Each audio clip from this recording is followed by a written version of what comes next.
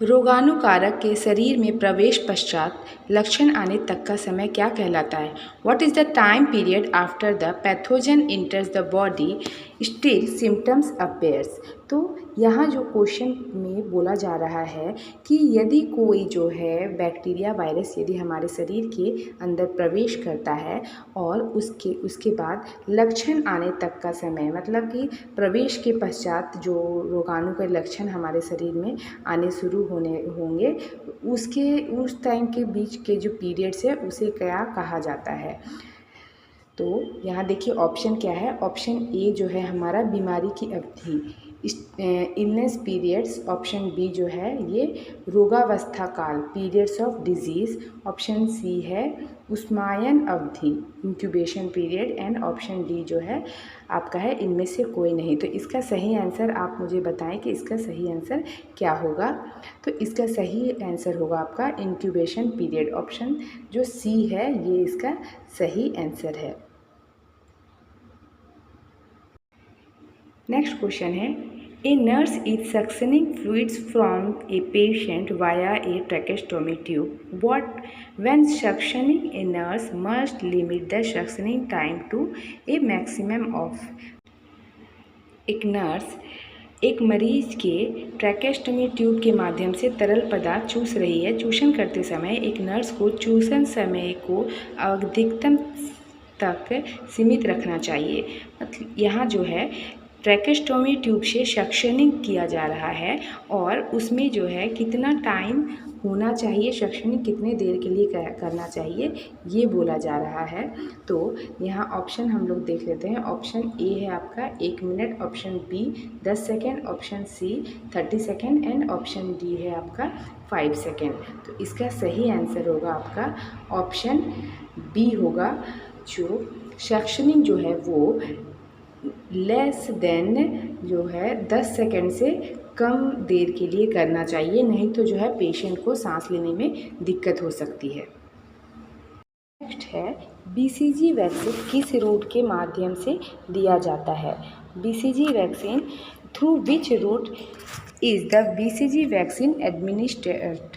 तो ऑप्शन है यहाँ पे आपका option A subcutaneous, option D intradermal, option C intramuscular and option D oral. तो यहाँ सही आंसर आपका होगा। आप बताइए कि अपने आंसर को चूज़ कर लीजिए कि आपका सही आंसर क्या हो सकता है। तो यहाँ आपका सही जो आंसर होगा ऑप्शन बी इंट्राडर्मल दिया जाता है।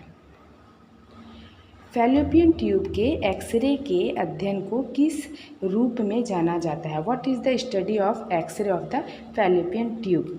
ऑप्शन ए है आपका pyelography, option B myelography, option C salpingography and option D है इनमें से कोई नहीं।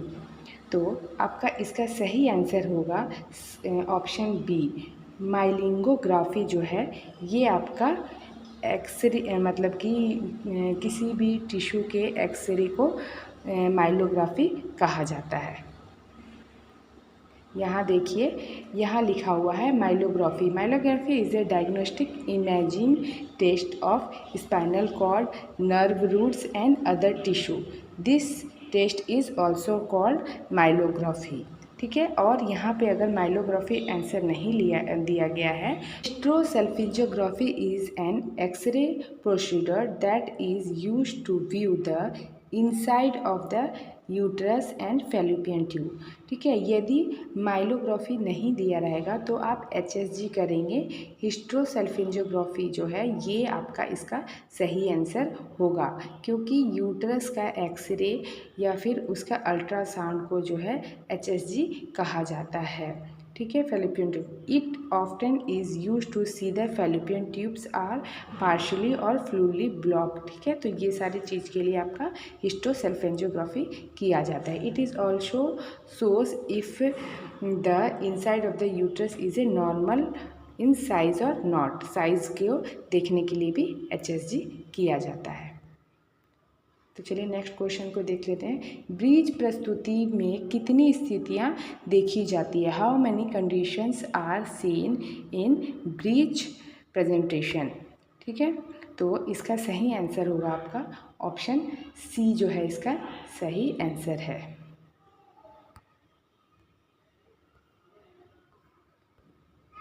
नेक्स्ट जो है, एक गर्भवती महिला को प्रतिदिन कितनी मात्रा में आयरन की आवश्यकता होती है?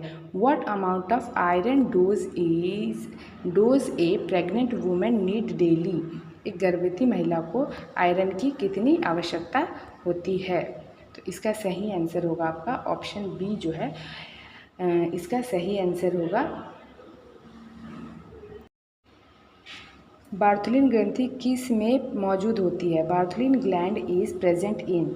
ऑप्शन देख लीजिए, ऑप्शन है आपका ए सर्विक्स, बी गर्भाशय, सी अंडाशय and D vagina. Bartholin gland जो है आपका ये कहाँ उपस्थित होता है? ऑप्शन डी जो है इसका सही आंसर होगा। बार्थोलिन ग्रंथि जो है आपके वेजाइना में उपस्थित होता है और वेजाइना के दोनों साइड में उपस्थित होता है। और ये जो है बार्थोलिन ग्रंथि ये क्या करता है? ये हमारे यूट्रस को जो है वो लुब्रिकेट करके, मतलब वेजाइना को जो है ये लुब्रिकेट करके रखता है, मतलब चिकनाहट प्रदान करता है।